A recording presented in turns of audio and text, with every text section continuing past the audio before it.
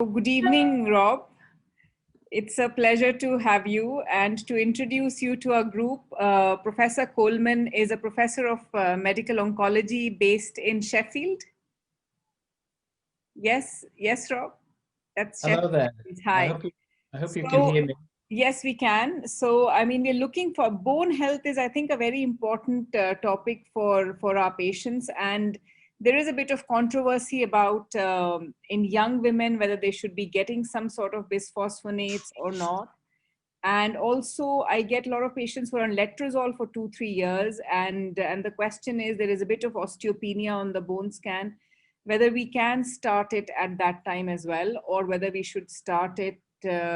Normally, we start it at the end of chemotherapy and then continue it 6 monthly for 3 years.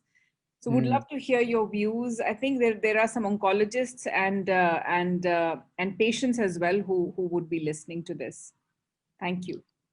Okay, well that's great, and hopefully there'll be something in my talk for both clinicians and patients.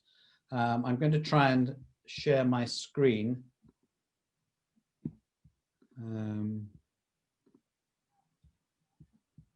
So. Is that working from your end? Yes. Yes, sir. We can see it. Yeah. Okay, great. Okay, lovely. So thanks for inviting me, and it's a real pleasure. And I'm so pleased the technology is working. Yes. It would be even nicer to be with you in person, but yes. We are where we are. So, sorry, I'm just having problems moving my slides. Okay, we're off. So I have a presentation which I think it will be about 30 minutes, and then that gives us plenty of time for discussion. So I'll give you a bit of theoretical background, and then I think probably some of the very practical issues that you all have we can discuss in the Q&A. Yeah. So the outline of my presentation here is, if you like, the problem of bone health in our breast cancer patients, a little bit about treatment strategies, and particularly the current management guidelines. We've just published some updated ESMO guidelines on bone health, and I will share those with you. And then it's important to realize that there is an overspill in this whole area into the role of bisphosphonates to actually improve survival, at least in postmenopausal women. So I'll say a little bit about that as well. So just to give you a bit of background and to explain some of the basics of bone physiology. We have two important cell types within bone. One is called the osteoclast, and these are cells that normally break down bone. So they're able to dissolve the calcified bone. And the other important cell type is the osteoblast, and they're the bone building cells. And these cells talk to each other very closely by sending different signals from one to the other. The best known signal is called rank ligand, and that's worth remembering because we have treatments that can specifically inhibit this molecule. This is a bit more complicated here. I think probably focus more on the left-hand side of the slide than the detailed biochemistry shown on the right. It's to really just make the point that bone is a very dynamic living organ. The bone that we have now is not the bone we had a couple of years ago. It's constantly changing. We call this process remodeling. And bone remodeling is necessary to preserve bone strength. If we didn't remodel our bone, it would become fatigued and brittle, and it would break very easily. So what happens is that as an area of bone in the skeleton gets old and starts to get a bit brittle and fatigued, the osteoclast moves in, you can see here, and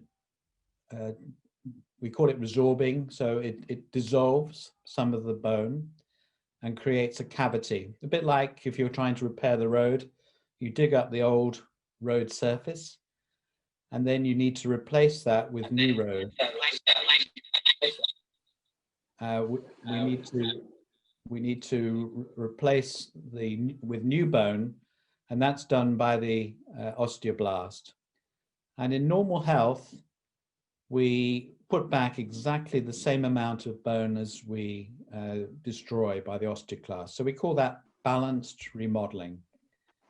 And that's all controlled by all these signaling factors shown on the right. We don't need to worry about them too much, but just notice in the middle is estradiol, the female hormone estrogen, and which is one of the most important regulators of this whole process. And so when estrogen falls, as it does after the menopause and as we age, then the normal bone remodeling is disturbed, and we start to lose more bone than we're making. And so our bones get thinner and less strong. And we call this, obviously, when it gets severe, osteoporosis. Obviously, we're only talking about women, but it's the same process in men as well. And again, even in men, estradiol is an important regulator of bone strength. So in this slide, you can see a sort of schematic representation of how our bone increases in mass and density as we go from childhood into adulthood, and reaches a peak at around 35 years of age, and then remains stable, and then starts to decline once we get above around 50. And as you know, in women, bone loss after the menopause at 50 is rather more rapid than bone loss that we see in men. But men also lose bone and also can develop osteoporosis. And at the top, you can see a representation of the structure of bone when it's strong and healthy on the left.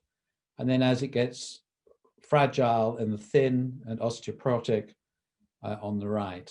And it's pretty obvious when you look at it that the bone on the right is not going to be as strong as the bone on the left. Now, on top of that, you have to layer, because these changes are normal. This is age-related bone loss. And you have to layer on top of that the effects, particularly of the treatments that we give to our patients with breast cancer.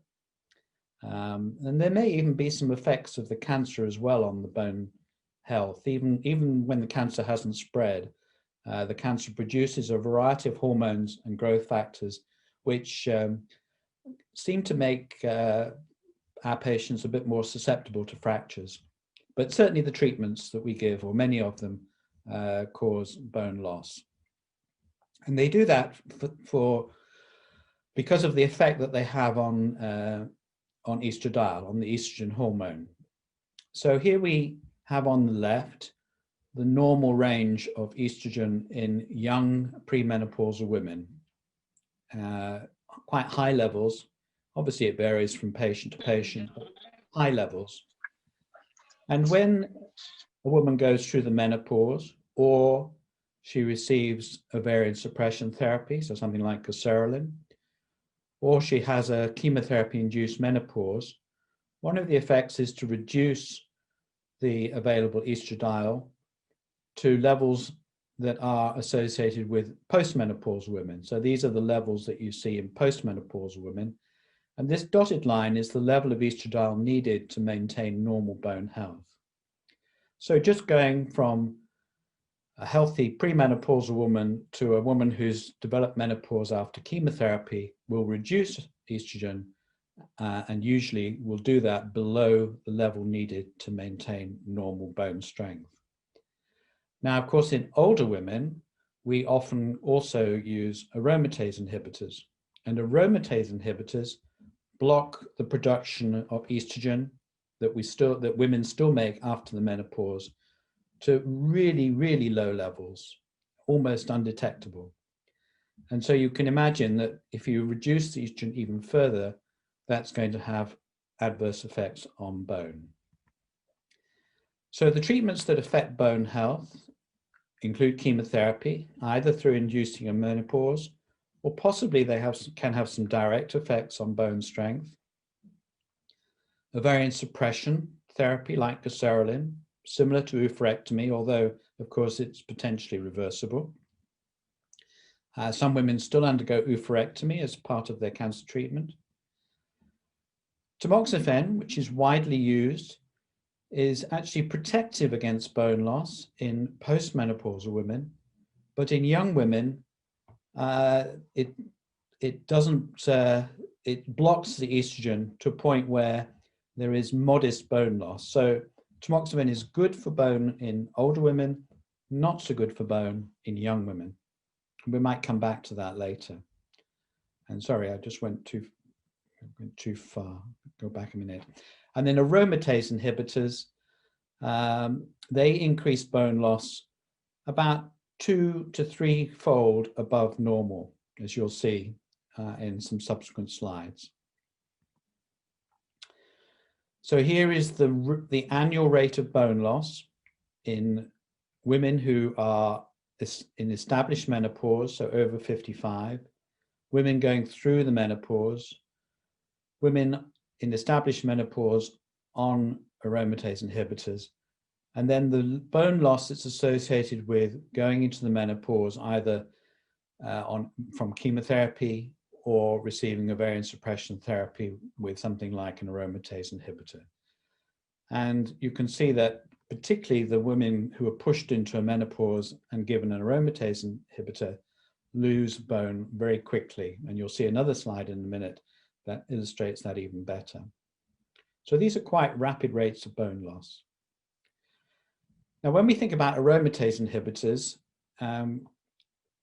if we measure bone mineral density and compare the changes with an aromatase inhibitor, in this case, exemestane, which is one of the 3 that we might use in the clinic, to treating a group of women with tamoxifen, you can see that the women on the aromatase inhibitors lose bone, as I said, about 2 to 3% per year. In this particular study, they were receiving treatment for about 2 to 3 years. And one of the things that we were also able to do in this study was to see what happens when you stop the treatment. And interestingly, when you stop tamoxifen, you lose bone, just as if you're taking hormone replacement therapy and you stop that, you lose bone. And when you stop the aromatase inhibitor, you regain bone. So this is really a problem only when you're on treatment. And these data are reassuring that once the aromatase inhibitor is stopped, things will start to go back to normal. But while you're on treatment, aromatase inhibitors don't just cause bone loss, they increase fractures. These are old data now from the ATAC trial, which is one of the original trials that showed an aromatase inhibitor, in this case anastrozole, was more effective than tamoxifen for the breast cancer. But you can see that all the time the patients were on therapy, they were getting more fractures with anastrozole compared to tamoxifen. Although again, when they stopped the treatment, the fracture rates came back and were very similar once the treatment was discontinued. So a problem while you're on therapy. Of course, the issue now is that many of our patients receive aromatase inhibitors for not only up to 5 years, but sometimes up to 10 years. And so this can be a long-term insult to bone health. I want to pause there and just give you an illustrative clinical case. So this is a 66-year-old lady with a small node-negative typical breast cancer. We call it ductal carcinoma of the breast. It was estrogen receptor positive, progesterone receptor positive, and HER2 negative. And she had typical treatment, a wide local excision, a lymph node biopsy, radiation to the breast, and it was felt that she didn't need chemotherapy. She had a very good prognosis tumor, and she could just be treated with an aromatase inhibitor. That's the AI, initiating an aromatase inhibitor therapy. Now, one of the important things to do when you start a patient on an aromatase inhibitor is to assess the risk factors for fracture. And the important ones are listed here. What is the body mass index of your patient? So very thin patients, women with low body mass index, are more likely to develop osteoporosis or develop fractures because they have less estrogen, natural estrogen in the body. Smoking is a risk factor for fracture. Alcohol, certainly over about 2 units a day, is a risk factor for fracture. Of course, there can be genetic predispositions, so any previous fracture or family history of osteoporotic fracture. And of course, if the patient has required corticosteroids for more than about 3 months. These are all risk factors that, irrespective of bone mineral density and age, will increase the risk for fracture. So this lady has 4 risk factors for fracture. She's relatively old, and we would take 65 as a threshold. She's a smoker, she's drinking, and she had a wrist fracture 6 years ago. So this patient, irrespective of bone mineral density, is at high risk of fracture, and as you'll see in the later guidelines, should go on to bone-targeted therapy to prevent fracture.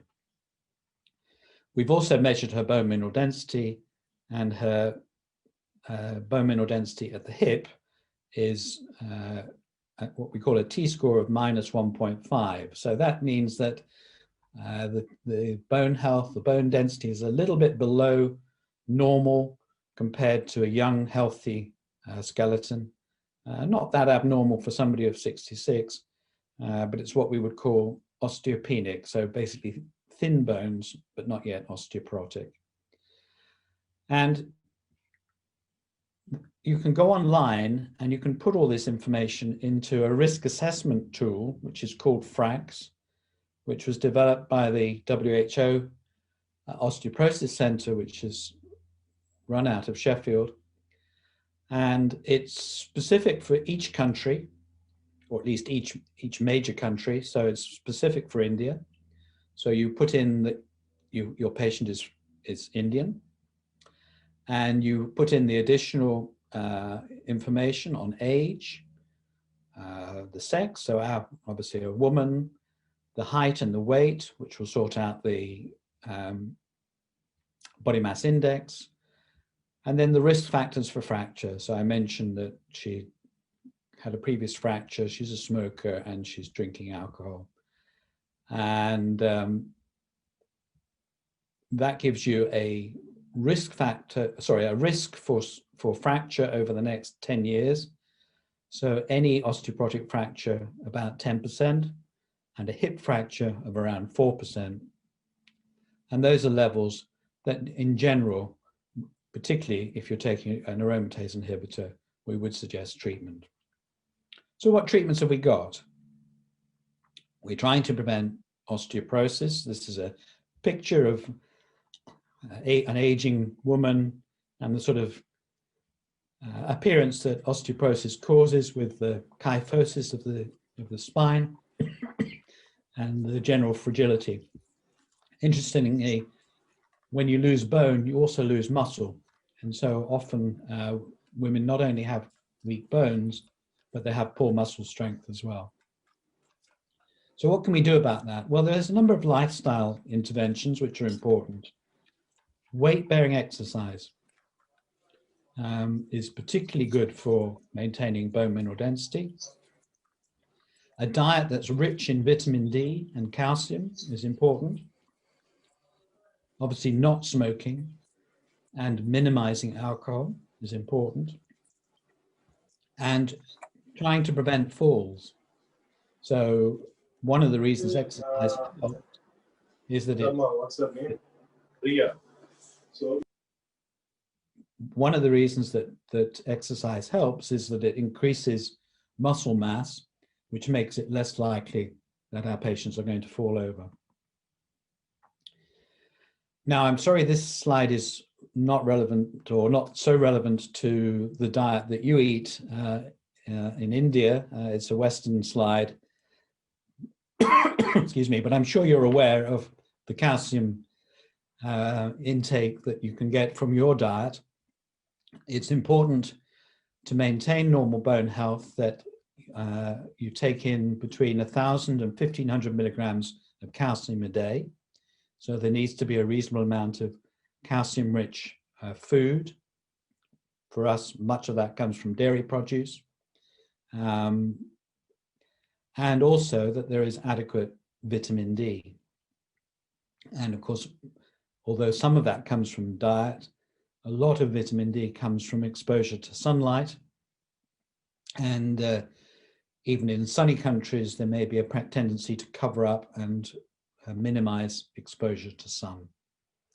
And so certainly in our country, and I don't know the data for India, but certainly in our country, probably 3/4 of our patients, our women, are vitamin D deficient because of the lack of sun exposure and the diet that they take.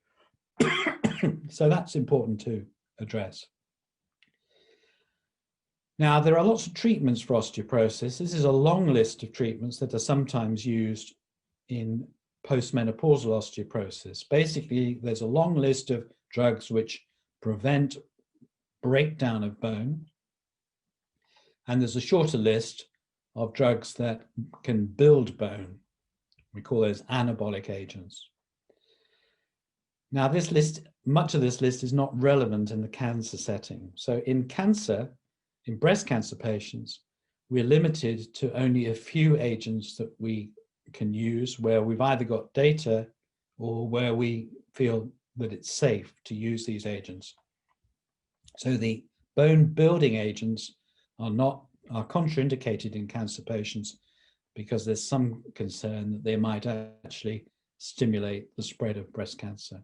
So they're not used, and we're limited to these agents, which we call the bisphosphonates, and Denosumab, which is an inhibitor of rank ligand.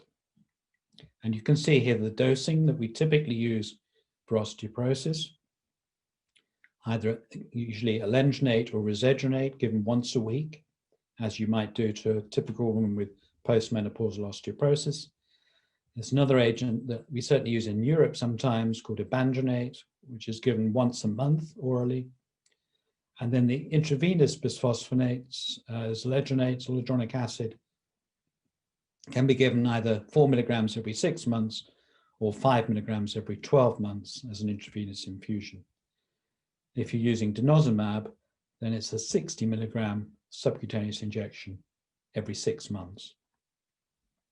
And all of these agents prevent bone loss in the postmenopausal setting.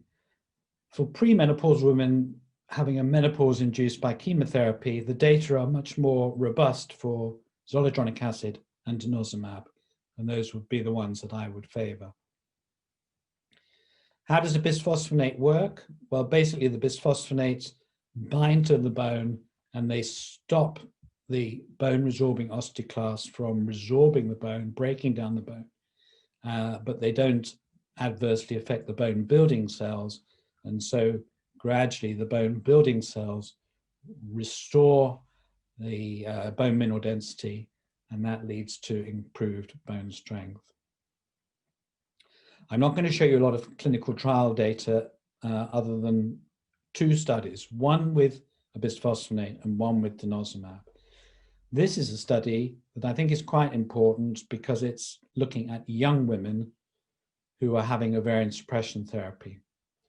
So these were premenopausal women when they developed their breast cancer, and they were all given goserelin, which induces menopause, and then they were having different types of hormone therapy, either tamoxifen or anastrozole, either alone or with protection for their bones using zoledronic acid at that dose I mentioned before, 4 milligrams every 6 months, so that we could see what effect this had on bone mineral density. And this is the bone mineral density changes in the patients on hormone therapy without zoledronic acid. So they had their ovarian suppression therapy for 3 years in this study. Sometimes we give it for 5 years, but in this study it was 3 years. And this is the change in bone mineral density with tamoxifen. So I mentioned that in young women, tamoxifen is not a sufficiently potent estrogen to prevent bone loss. So you can see there was quite a rapid bone loss, even on tamoxifen, with about a 5% loss over 3 years. And then with the anastrozole, there was an even more rapid and profound loss of bone, with about a 15% loss of bone at 3 years.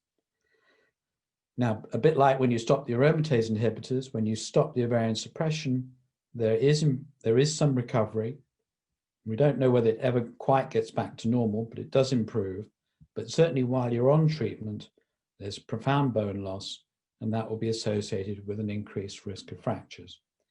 And in this study, we were able to see that when we gave this zoledronic acid every 6 months, during the ovarian suppression therapy, we completely prevented the bone loss that you saw with either tamoxifen alone or anastrozole alone. So the treatment works really well in these young women. What about denosumab? So denosumab is an antibody. I mentioned it's given by subcutaneous injection. It's the newest of the agents that we have. And it's an antibody that blocks this signaling molecule that drives the osteoclast to break down bone. So it blocks rank ligand. And again, the same group of investigators from Austria who I showed you in the previous study, who'd looked at young women receiving zoledronic acid, performed this study looking at women who were on an aromatase inhibitor. So these are postmenopausal women receiving an aromatase inhibitor, an anastrozole or letrozole, plus either placebo injections or denosumab injections. And what we're looking at here is the rate of fracture over time. So they received their treatment over 5 years in this study. And you can see this is the rate of fracture in placebo patients, and this is the rate of fracture in denosumab treated patients. And you can see there's a marked advantage in favor of the denosumab with a halving of fractures. So a very big effect. And also it's important to appreciate this is the risk of fractures. 15% of the women experienced a fracture without bone protection at 5 years. And this was despite the fact that any woman with osteoporosis was excluded from this study. So this is taking patients with normal bone or just osteopenia, a 15% fracture risk if you don't give bone protection. So perhaps much higher than you would have appreciated. So what do the guidelines tell us we should do? This is a summary of the recently published ESMO 2020 guidelines. Firstly, in all our at-risk patients, so all our patients taking aromatase inhibitors or likely to get chemotherapy-induced menopause, we should ask them about the clinical risk factors that I showed in the earlier slides. And we should also get a measurement of their bone mineral density as soon as is practical. You don't have to do it before you start treatment, but perhaps within the first 3 months. And that's done by a technique called dual X-ray absorptiometry, or DEXA. We should be encouraging weight-bearing exercise, smoking cessation, reduced alcohol intake, and vitamin D supplements, plus calcium if the diet is low in calcium. And recommending anti-resorptive therapy, that means a bisphosphonate or denosumab, in women receiving either an aromatase inhibitor or ovarian function suppression. Don't worry about the men for now, but either of those treatments for breast cancer with either a bone mineral density T-score of less than -2. So our patient that I showed you earlier had a T-score that was better than that. Hers was -1.5, but she had multiple risk factors for fracture. So it's either a low bone mineral density and or at least 2 risk factors for fracture. And if available and fundable, then of the agents available, Denosumab would be the treatment of choice, just because the data is so much more robust with this agent, given at a dose of 60 milligrams every 6 months. But if Denosumab is not available or affordable, then either zoledronic acid or one of the oral agents should be given. And the guidelines put all this together in an algorithm, which is shown here. So good bone or mineral density, no risk factors, just lifestyle recommendations, exercise, calcium and vitamin D, and keep an eye on the bone mineral density.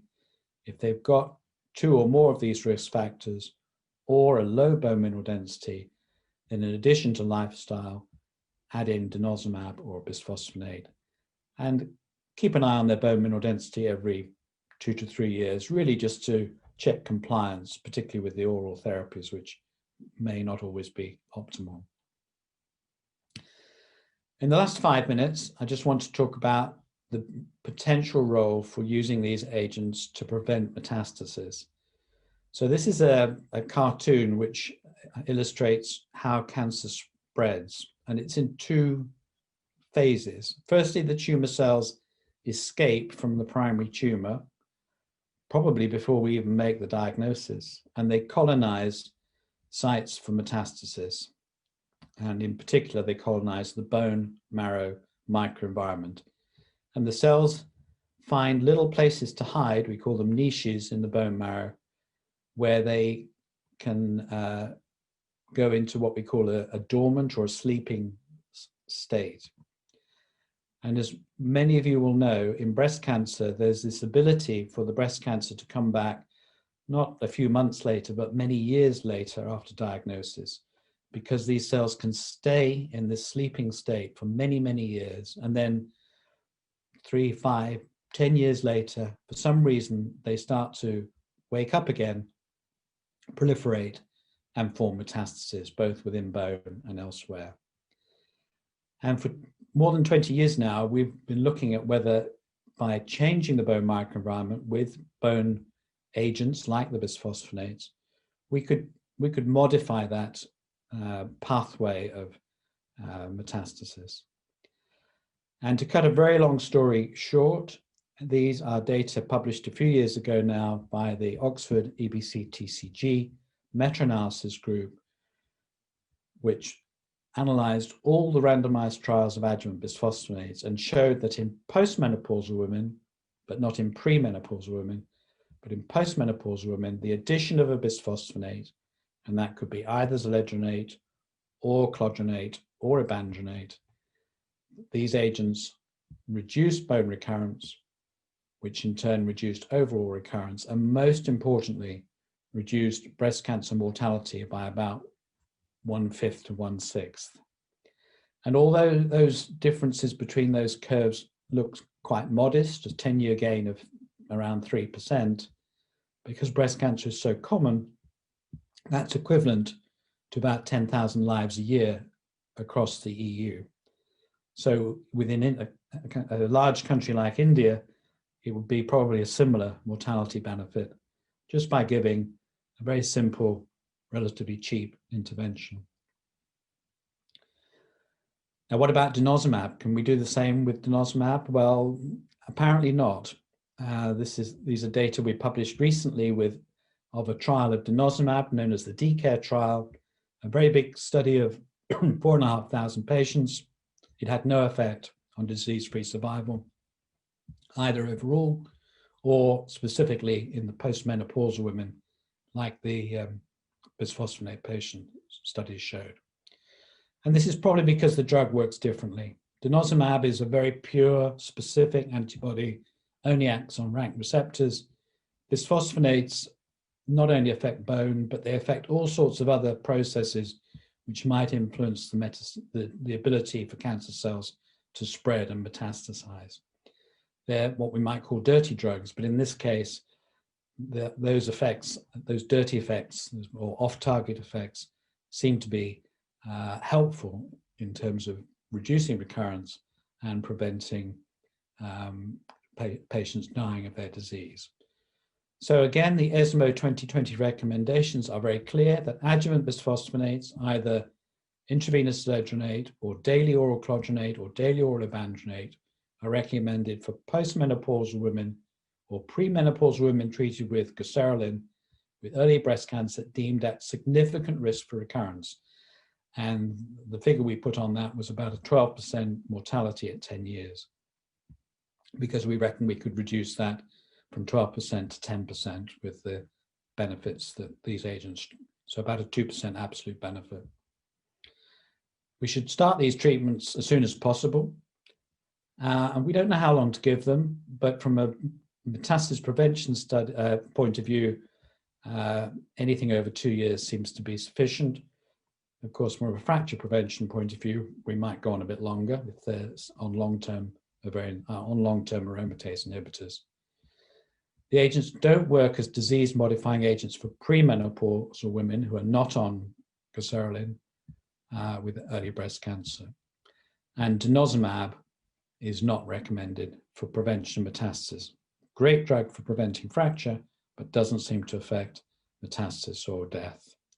And again, I'm not going to go through this, but this is in pictorial format, the algorithm that is published in the new guidelines that have just come out, showing basically, is the patient postmenopausal? And if yes, or if receiving ovarian suppression therapy and reasonably high risk of recurrence. So certainly if they're enough risk of recurrence to develop to need chemotherapy, then giving a bisphosphonate starting with their adjuvant or neoadjuvant treatment. We generally give a few infusions of zoledronic acid during chemotherapy to load the skeleton up, and then give the patient a choice of either staying on 6-monthly zoledronic acid for 3 years or switching to daily oral therapy if they don't want to have IV treatment. And in the UK, in our practice, it's about a 50-50 split between oral and IV therapy. If they don't have high-risk disease, then obviously the issue is more around fracture prevention, a bit like our patient who was had a very good prognosis, breast cancer, not particularly worried about her disease coming back, but I am worried about her developing fractures. So in that setting, we would follow the bone loss guidelines. Just briefly, when we're giving bone target agents, we have to make sure that patients have good dental care and that they don't have severe caries before starting a bone targeted treatment.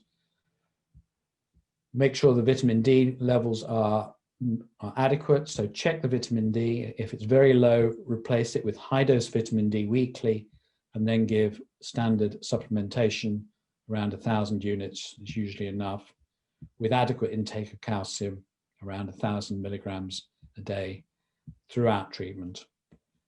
And I'm not going to talk about this, but if you do use Denosumab, you need to be aware that when you stop Denosumab, there's a rebound effect, and you need to suppress that with a bisphosphonate to prevent losing all the bone mineral density you've gained while being on therapy. So I'll leave you with some conclusions. A risk-adapted strategy is recommended for prevention of treatment-induced bone loss for low-risk patients, lifestyle advice only, and keep an eye on their bone mineral density. For high-risk patients, lifestyle advice and bone-targeted treatment.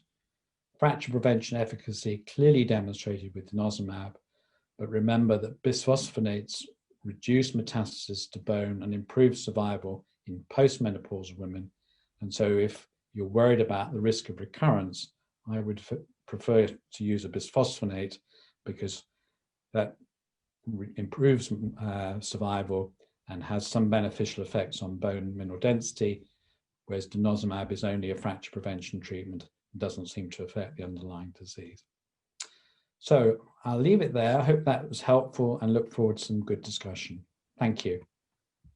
Thank you, Rob. That was really comprehensive and wonderful. I think most of the questions should have been answered, but I have about 7 questions in front of me. But I mean, please feel free to write more questions in the chat. Some of you have sent it to me privately, or if you want to unmute yourself, that also is possible.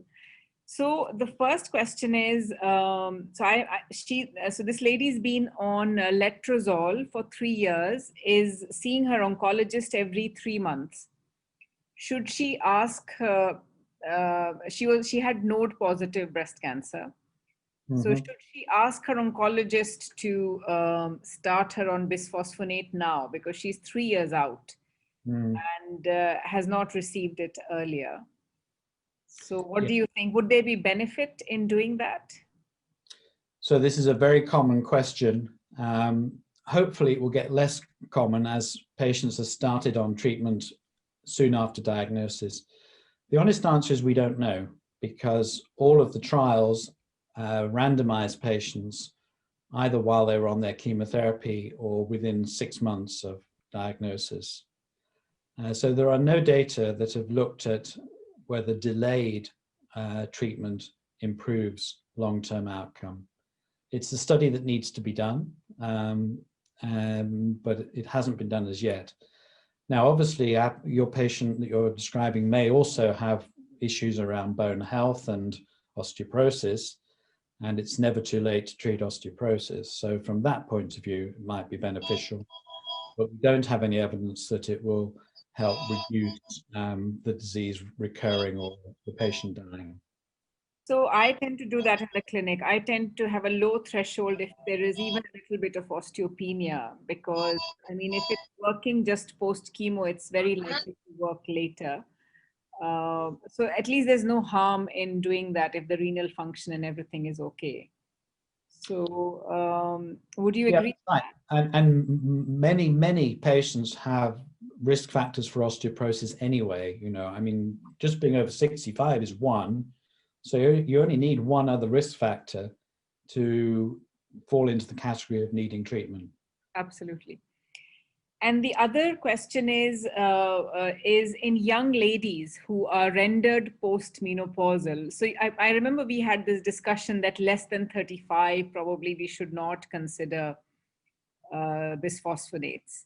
Does that still hold, or but if they're rendered postmenopausal, post chemotherapy, or are on Zoladex 3 monthly or monthly, would you be okay if it's a young patient less than 40 years of age for her to start adjuvant bisphosphonates? So as long as she is postmenopausal, either naturally or maintained with ovarian suppression, then yes. And if she has high risk disease, I would want her to be on a bisphosphonate, and so I would probably give her ovarian suppression therapy, because I'd be worried that just with chemotherapy her menstruation might recover, or at least her ovarian function might recover. So for bad risk disease, and I'm assuming this is ER positive disease, then I would give ovarian suppression therapy and a bisphosphonate. The worry is that if we give bisphosphonates to women who are menstruating, firstly, they don't need a bisphosphonate for bone health, because if they're menstruating, they've got enough estradiol on board to maintain healthy bones. And some of the studies have suggested that in the very young women, they certainly don't do better with a bisphosphonate, and they might possibly do worse. So that's the reason why we're very cautious about treating very young women. And I think, so if the ovarian suppression is carried on in young women for 5 years, then should we continue the bisphosphonate for 5 years as well at 6 monthly intervals? And we had this discussion at the ESMO BCY meeting, the breast cancer for young women as well. Right. The panel felt that we probably continue it, but I'd love to hear your thoughts, because the paper is not out yet, so we can change it maybe. Yeah. Well, there's only one trial that's looked at duration of treatment, and that's a German trial called Success, which is about to be published. And that compared 2 years treatment to 5 years treatment. Now, they weren't all young women, but there were some young women in there, and there didn't seem to be any advantage to going on beyond the 2 years. And remember, bisphosphonates are remarkable drugs in that they go to bone and they stay in bone, and they carry on having effects on bone physiology for years after you stop them, quite unlike denosumab. So although you only treat for 2 years, there is still some biological effect and further 2, 3, 4 years later. So I wouldn't be too worried. In our practice, we don't continue beyond about 3 years of therapy. So 3 years would be standard. Yeah. And Dr. Sareen has a very good point. Since we know that METs in ER positive patients can occur later than 5 years, why should zoledronic be not continued beyond 5 years? Just ask the question again. I didn't pick that up. We know that the risk of recurrence in ER positive breast cancer is there for more than 5 years. So why not continue, say, beyond 3 years or 5 years?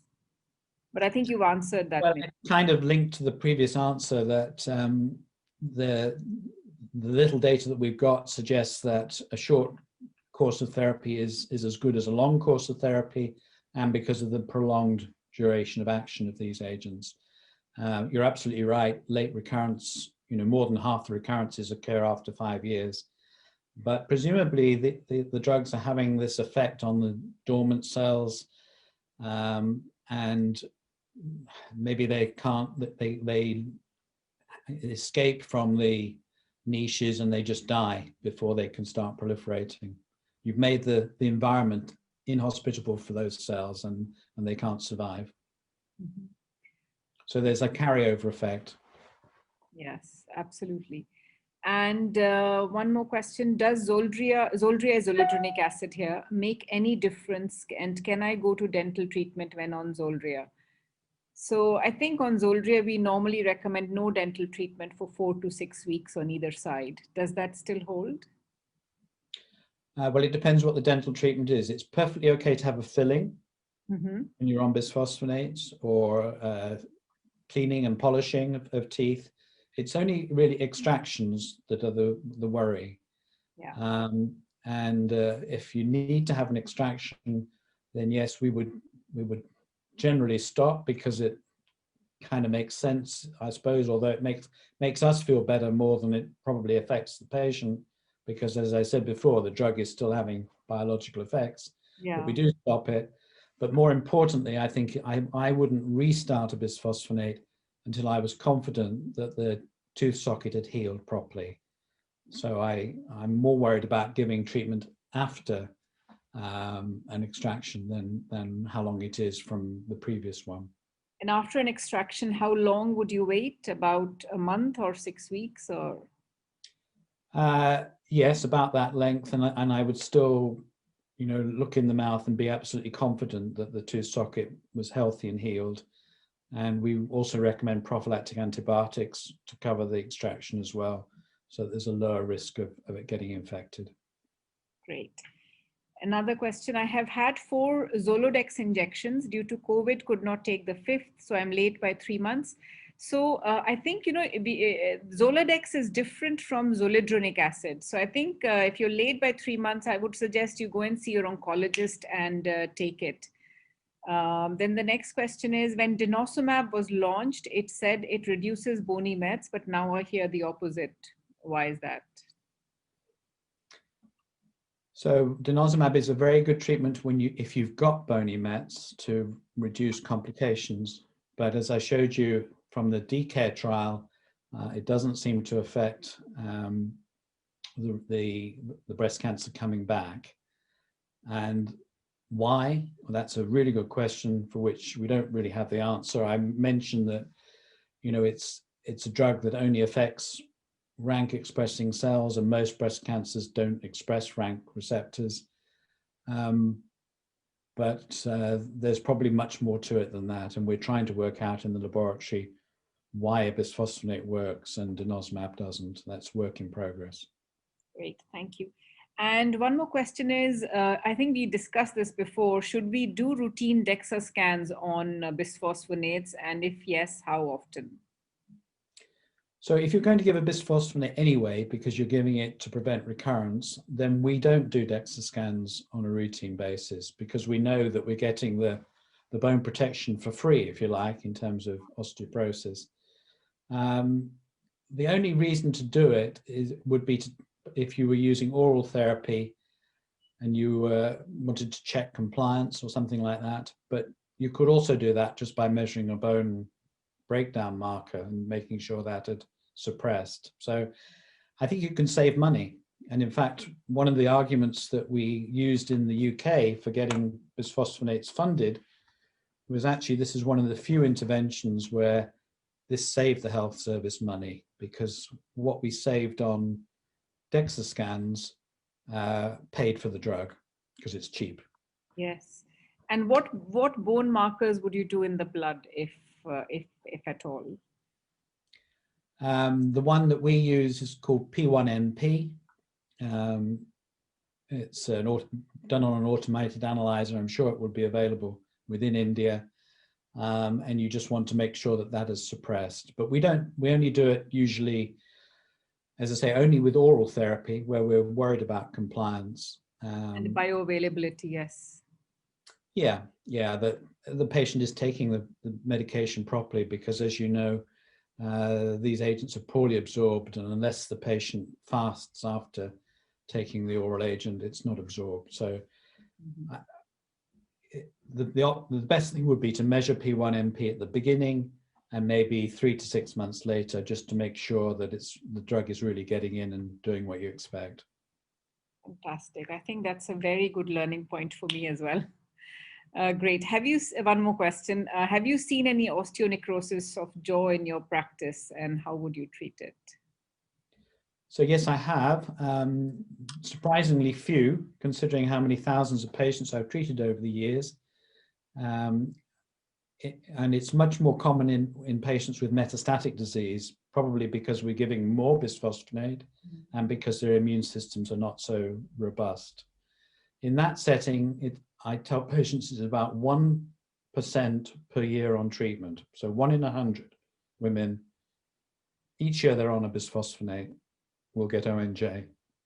So it's not common, but it's not rare either.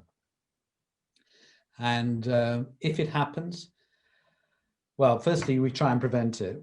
So we try and make sure the patients have had any major dental work done before we start the treatment. So any extractions that need doing, we try and get them done beforehand.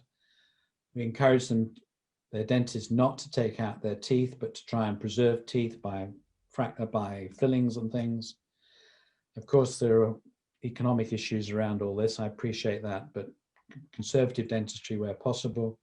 And if there's no alternative to taking out the teeth, then as we said earlier, prophylactic antibiotics, mouthwashes afterwards to keep the mouth clean, and waiting for things to heal before resuming treatment. Great. I think the key is what we learned is not to allow dental extractions on the either side, because all the patients who got ONJ had dental extractions.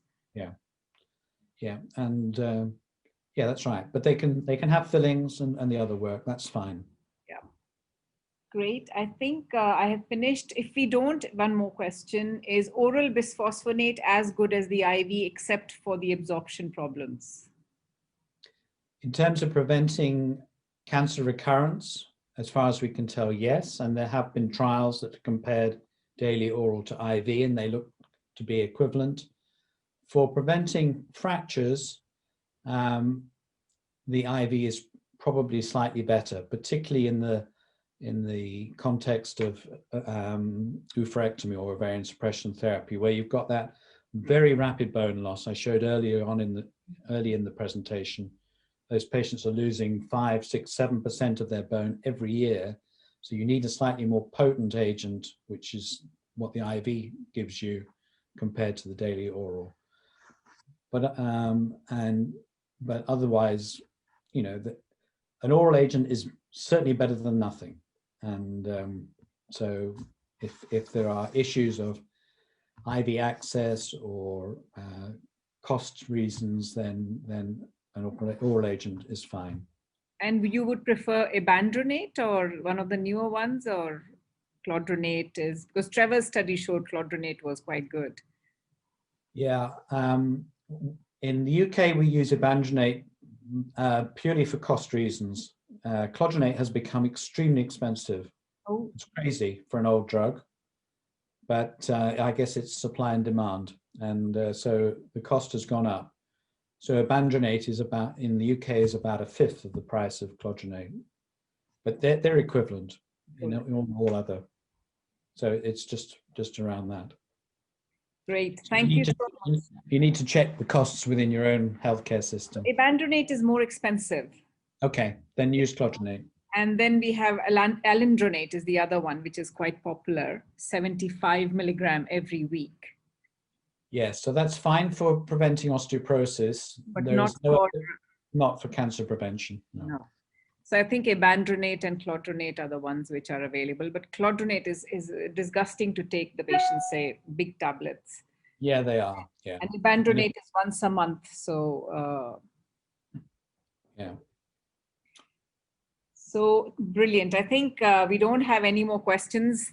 Thank you so much, Rob. We are so grateful, actually, and we are so lucky that, you know, because of this COVID, I'm able to get people from around India and around the world to come to our support group meetings, which this wouldn't have happened if there was no COVID. Well, there's a silver lining to every crisis. Yes, yeah. Absolutely. So really, really grateful. Thank you so much. Thank you. You're welcome, Bhawna. Okay. Thank you. See you. Bye-bye. Bye. Bye-bye, everybody. Bye, everyone. Next week, we're going to have long-term effects of chemotherapy. And I think a lot of you have had chemotherapy throughout your journey. So I think I am going to take that session in November, where we're going to talk about the long-term effects of chemotherapy, because I keep getting this a lot: chemo brain, neuropathy, whether there is something called chemo brain, whether you can have a heart problem 10 years later, 15 years later, or whether you can have other issues as well. So I think we will delve into all of those next time. See you. Bye-bye. Bye. Thank you.